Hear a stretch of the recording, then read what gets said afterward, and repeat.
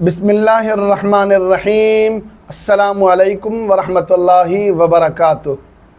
दोस्तों, मैं हूँ हाफिज़ इमरान हैदर। आज इंशाअल्लाह ताला आप हज़रात को जादू की अलामात बताऊँगा। अल्हम्दुलिल्लाह, जादू की तशख़ीस के हवाले से मैंने बहुत से आमाल बताए हैं। उन आमाल को इख्तियार करें, उन वज़ाइफ को पढ़ें, आपको मालूम हो जाएगा आप पर जादू का असर है, जिन्नात का असर है, नज़र बद का असर है या कोई रूहानी मसला नहीं है। आज इसी सिलसिले में आपको अलामात बताने जा रहा हूँ। अल्हम्दुलिल्लाह, मैंने कल एक वीडियो अपलोड की थी जिसके अंदर जिन्नात की अलामात बताई थी कि ये अलामात जिसमें पाई जाएं तो यकीनी तौर पर वो जिन्नात का मरीज़ है, उस पर जिन्नात का, शयातीन का, आसेब का एक असर है, बुरी चीज़ों का असर है। आज मैं आपको बताऊंगा कि आप पर जादू है तो जादू की अलामात क्या हैं। जादू की बहुत सी अक़साम हैं, इसी तरह इसकी अलामात भी मुख्तलिफ हो सकती हैं और मुख्तलिफ होती हैं। लेकिन ये जो अलामात आज आपको मैं बताऊंगा, ये अलामात ज़्यादातर जादू के मरीज़ों में हमें मालूम होती हैं, दिखाई देती हैं। अगर ये अलामात आपके अंदर पाई जाएं, आपको महसूस होती हों, दिखती हों, तो आप किसी आमिल कामिल से, किसी अल्लाह वाले से रुजू करें ताकि आप जादू के असर से, जादू की बुराई से, इस मुसीबत से निजात हासिल कर सकें। जादू की अलामत में से पहली अलामत यह है कि आपको छोटी मोटी कोई तकलीफ़ होगी, बीमारी होगी और उसका इलाज ठीक तरह से नहीं होगा। मसलन एक मामूली सा बुखार हो, किसी और को बुखार हो जाए, वो मेडिसिन ले ले, दवाई ले ले, ठीक हो जाए, लेकिन आपको बुखार है, एक साल तक बुखार नहीं जाता। डॉक्टर रिपोर्ट्स करते हैं, उसके अंदर मामलात क्लियर नज़र आते हैं, लेकिन दवाई असर नहीं करती।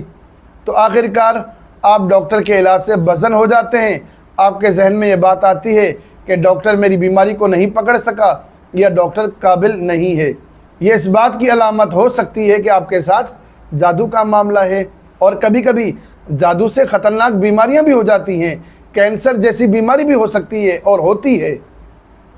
मैं आपको कह रहा हूं कि कैंसर होगा, वो तो हर कोई कहेगा कि ये कैंसर है, ख़तरनाक बीमारी है, इसका इलाज मुश्किल है, जल्दी ठीक नहीं होता या इसमें बचने के चांसेस कम होते हैं, वो अलग बात हो गई। लेकिन मामूली सा बुखार, मामूली सी खांसी, मामूली सा मैदे का मसला किसी और के साथ हो, वो एक दो टैबलेट ले ले, ठीक हो गया। आप एक साल तक इलाज करें, आप ठीक नहीं होते। तो ये एक जादू की अलामत है।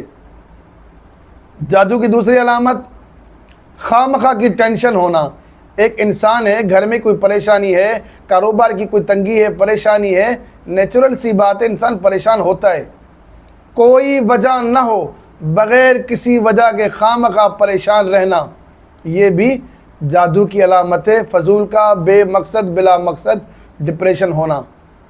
जादू की तीसरी निशानी बेख्वाबी होना। बेख्वाबी यानी कि बार बार आंख का खुलना। आप रात को सोते हैं, बार बार आंख खुलती है, चौंके उठ जाते हैं, यानी आपकी नींद पूरी नहीं होती। इसके असबाब कोई और नहीं होंगे, मसलन शोर शराबा हो या गर्मी ज़्यादा हो या लाइटें ऑन हो, तो ये वजूहात हैं। बहुत से लोगों को नींद नहीं आती, शोर की वजह से आंख खुल जाए, कोई मसला नहीं है, इंसान होता है। गर्मी की वजह से हो या ज़्यादा सर्दी की वजह से हो, इंसान होता है। किसी को अंधेरे में नींद आती है, किसी को रोशनी में आती है, ये इंसान होता है। लेकिन वजह कोई ना हो, बग़ैर वजह के बार बार आपकी आंख खुलती रहे, आपकी नींद उखड़ती रहे, तो ये भी एक अलामत जादू की हो सकती है। अगली अलामत जादू की रिज़्क़ की बंदिश होना। रिज़्क़ की बंदिश क्या है? एक बंदे के पास काबिलियत हो, हुनर हो, फ़न हो, अहलियत हो, लेकिन काम की कोशिश करे, उसको काम ना मिले। उससे कम लेवल के लोग वही काम करते, उनको काम मिल जाता है, इनको काम नहीं मिलता। या काम मिल जाए तो काम सीधा नहीं होता, या काम मिल जाए, काम सीधा भी हो जाए, शाम को जो इनकम आती है उससे गुजारा नहीं होता। मसलन आपकी ज़रूरत है 1000 रुपये और आपको मिला 1500 रुपये।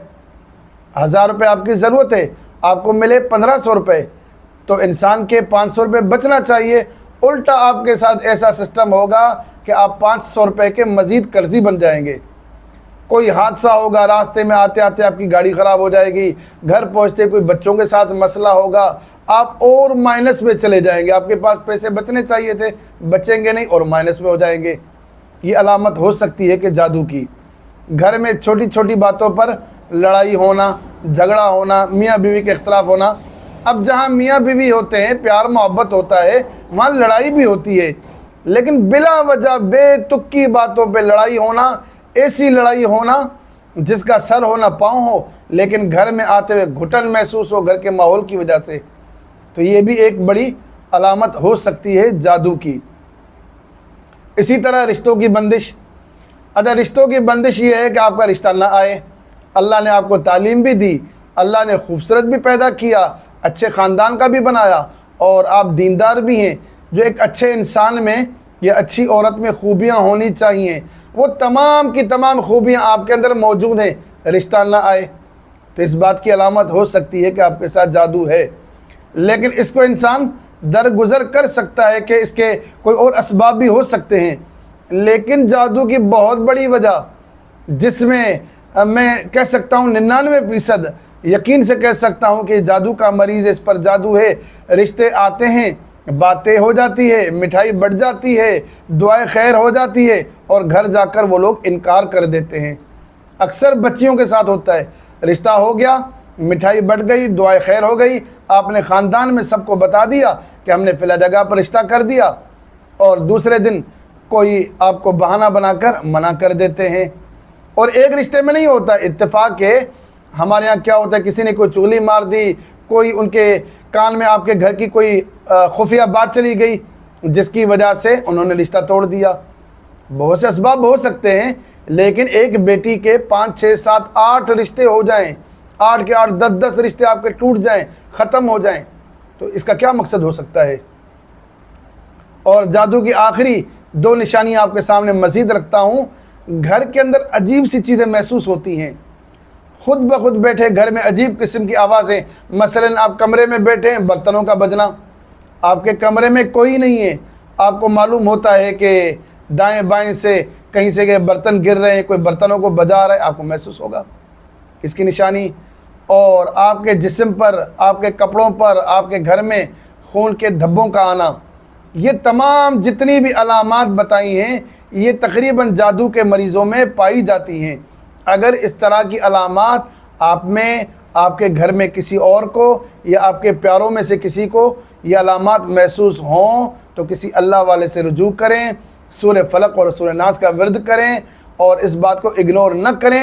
اگر آپ نے اگنور کیا تو اس سے آپ زیادہ نقصان اٹھا سکتے ہیں. اللہ تعالیٰ سے دعا کرتا ہوں, اللہ تعالیٰ آپ کی, ہم سب کی حفاظت فرمائے, آمین.